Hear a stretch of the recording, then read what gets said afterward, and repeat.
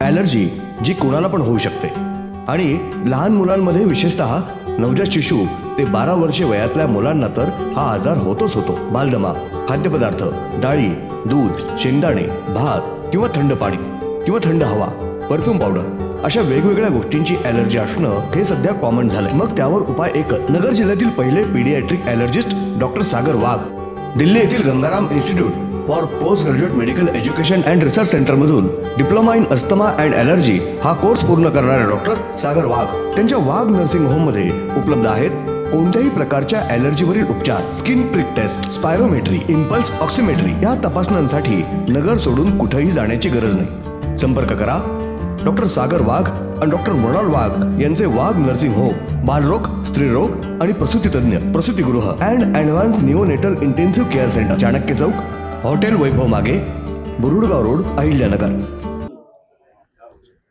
आज नगरमध्ये पत्रकारांशी बोलत असताना बीड जिल्ह्यातल्या घटनेच्या बाबतीत संपूर्ण महाराष्ट्र सुन्न आहे. अत्यंत अमानवी दुर्दैवी घटना आहे. कदापि तिचं समर्थन करता येणार नाही. गेल्या 1 महिन्यापासून मी बारकाईने पाहत होतो.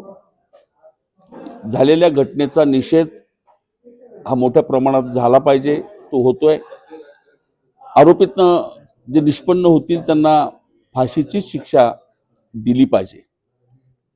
परंतु दुर्दैवानं 2 दिवसापूर्वी बीड जिल्ह्यातले आमदार सुरेश धस यांनी कुठल्याही अर्थाने या बीडच्या घटनेशी संबंध नसताना अचानकप्रमाणे एका विशिष्ट बिंदूचे म्हणजेच अर्थात रोस्टरचे, अर्थात एका जातीचे, एका वर्गातले लोकच बीड जिल्ह्यामध्ये काम करतात.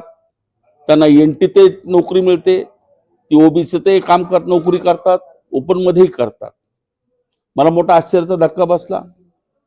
पण त्यांच्या बोलण्याला आदरणीय दमान्याताईंनी दुजोरा दिला आणि या गोष्टीला माझा आक्षेप आहे की ह्या घटनेचा आणि ह्या स्टेटमेंटचा काहीही विसंगती आहे, ती सगळी विसंगती, काही संबंध नाही या घटनेशी. आणि मग असं असताना एखाद्या वर्गाच्या, एखाद्या जातीच्या पर्टिक्युलर नोकरीबद्दल, रोस्टरबद्दल बोलण्याचं कारणच काय होतं? म्हणजे याचा अर्थ तुम्ही काहीतरी विशिष्ट हेतू ठेवून कुठंतरी रिझर्व्ह माइंडनी तुम्ही या कॅटेगरीबद्दल, या समाजाबद्दल गरज नसताना स्टेटमेंट केल्या. आम्ही कोणाच्याही मध्ये नाहीत, आम्हीचा कोणालाही विरोध नाही, आम्ही कोणाचं समर्थन करू इच्छित नाहीत. पण जो समाज पिढ्यानपिढ्या ऊसतोडणी कामगार म्हणून ओळखला जातो, त्या ऊसतोडणी कामगारांची मुलं आज आमचे संत श्रेष्ठ भगवान बाबा आणि वामन भाऊंच्या शिकवणीमुळे मोठ्या प्रमाणात शिक्षण घेत आलेत.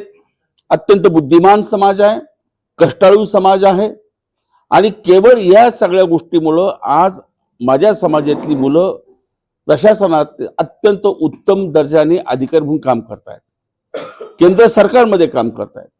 आम्हाला घटनेनं केंद्रामध्ये ओबीसीचं आरक्षण आहे, महाराष्ट्रामध्ये एनटी-डच आहे आणि अर्थात आमची मुलं बुद्धिमान असल्यामुळं ओपन कॅटेगरीतनं सुद्धा उत्तीर्ण होतात.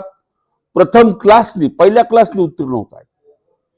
आणि मग आमचा हे काही संबंध नसताना तुम्ही पर्टिक्युलर वंजारी समाजाबद्दल असं स्टेटमेंट करणं, त्याच्या प्रशासकीय राज्यघटनेने दिलेल्या अधिकाराबद्दल असं बोलणं हे आम्हाला डॉमिनेट करणार आहे आणि आमच्याबद्दल महाराष्ट्रात इतर समाजांच्या मनात गैरसमज निर्माण करणारं स्टेटमेंट आहे. आणि ह्या स्टेटमेंटला माझी हरकत आहे. सुरेश धस यांनी हे जाणीवपूर्वक केवळ विषारी पद्धतीने हा मुद्दा मांडलेला आहे. याच्यातनं आमच्या तरुण मुलांच्या मनावरती मोठा परिणाम होणारा गोष्ट आहे. कारण आज आमची मुलं अत्यंत स्पर्धात्मक परीक्षेमध्ये अग्रेसर आहेत आणि याच्याबद्दल कदाचित आमच्याबद्दल गैरसमज निर्माण झाला तर माझ्या समाजातल्या नव्या पिढीचं हे नुकसान होईल आणि म्हणून याच्यावरती आक्षेप घेतला.